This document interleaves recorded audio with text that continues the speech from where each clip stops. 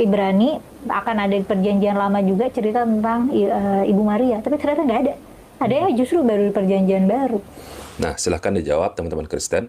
Saya nggak tahu nih, apakah benar apa yang dikatakan oleh Komela ini. Apakah memang tidak ada kisah Bunda Maria di perjanjian lama? Jadi, dia ini menyatakan bahwa hanya ada kisah ini di perjanjian baru. Oke, kita lanjutkan lagi. Di Al-Quran gitu. Dan ininya ceritanya kan Ibu Maryam ini nggak pernah keluar rumah kecuali satu kali doang, dan di mana dia waktu itu ketemu malaikat yang ngabarin nanti kamu akan hamil gitu. Nah terus aku curiganya sih sama malaikat itu. Oh gitu.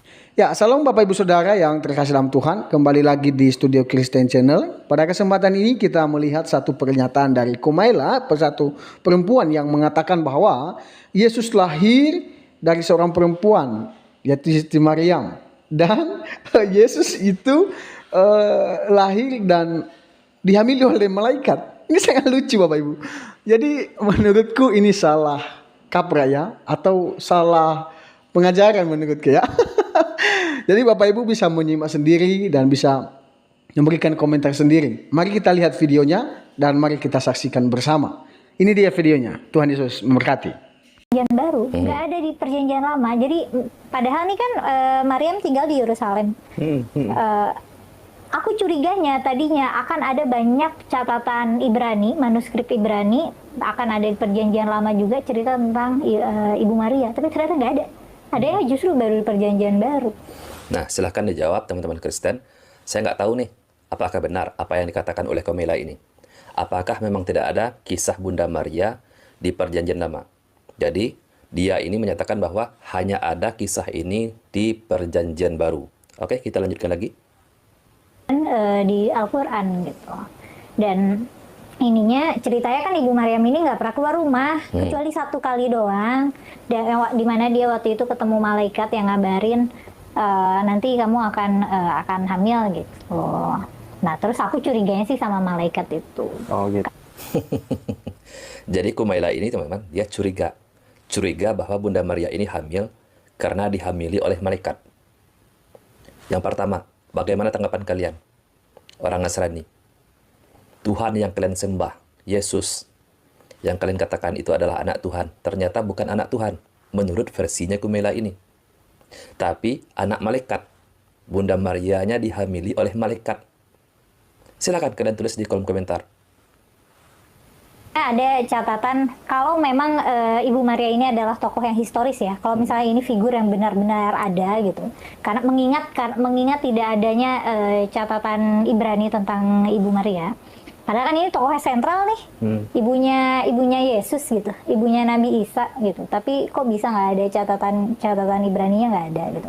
Nah, dia juga menyatakan bahwa kalau benar-benar ada, artinya dia juga tidak mempercayai tentang keberadaan dari Bunda Maria. Tapi kalau memang ini ada, ini soalnya sedih, soalnya ada catatan apokrifa. Catatan apokrifa itu kayak catatan Latin sih sebenarnya, yang udah lama, itu catatan Kristen.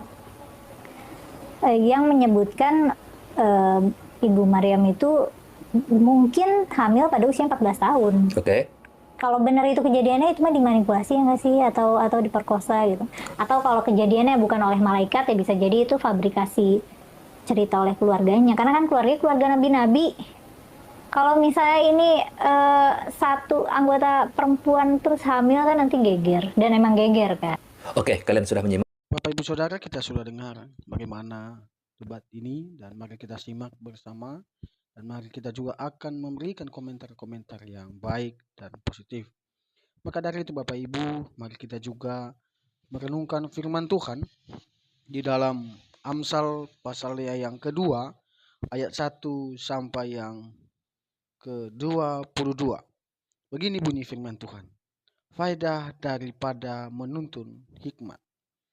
Hai anakku, jikalau engkau menerima perkataanku dan menyimpan perintahku di dalam hatimu, sehingga telingamu memperhatikan hikmat, dan engkau mencenderungkan hatimu kepada kepandaian. Ya, jikalau engkau berseru kepada pengertian dan menunjukkan suaramu kepada kepandaian, Jikalau engkau mencarinya seperti mencari perak dan mengejarnya seperti mengejar harta terpendam, maka engkau akan memperoleh pengertian tentang takut akan Tuhan dan mendapat pengalaman akan Allah. Karena Tuhanlah yang memberikan hikmat. Dari mulutnya datang pengetahuan dan kepandaian, menyediakan pertolongan bagi orang yang jujur, menjadi perisai bagi orang yang tidak bercela lakunya, sambil menjaga jalan keadilan dan memelihara jalan orang-orangnya yang setia. Maka engkau akan mengerti tentang kebenaran, keadilan, dan kejujuran, bahkan setia jalan yang baik. Karena hikmat akan masuk ke dalam hatimu dan pengetahuan akan menyenangkan jiwamu. Kebijaksanaan akan memelihara engkau, kepandaian akan menjaga engkau, supaya engkau terlepas dari jalan yang jahat, dari orang yang mengucapkan tipu muslihat, dari mereka yang meninggalkan jalan yang lurus dan menempuh jalan yang gelap, yang bersuka cita melakukan kejahatan, bersorak-sorak karena tipu muslihat yang jahat, yang berliku-liku jalannya dan sesat perilakunya, supaya engkau terlepas dari perempuan jalang, dari perempuan yang asing, yang licin perkataannya, yang meninggalkan teman hidup masa mudanya dan melupakan perjanjian Allahnya. Sesungguhnya rumahnya hilang, tenggelam ke dalam maut, jalannya menuju ke arwah-arwah. Segala orang yang datang kepadanya tidak balik kembali dan tidak mencapai jalan kehidupan. Sebab itu, tempuhlah jalan orang baik dan peliharalah jalan-jalan orang benar. Karena orang jujurlah akan mendiami tanah, dan orang yang tak bercelalah yang akan tetap tinggal di situ. Tetapi orang fasik akan dipunahkan dari tanah itu, dan pengkhianat akan dibuang dari situ. Demikian jauh kebenaran firman Tuhan, Bapak Ibu, dan biarlah hikmat dari Tuhan menyertai, menuntun kehidupan kita. Marilah kita menjadi berkat untuk orang-orang yang ada di sekeliling kita. Dan mari kita saling mendoakan, saling mendukung satu dengan yang lain. Sampai jumpa di video-video berikutnya, dan Tuhan Yesus memberkati kita sekalian.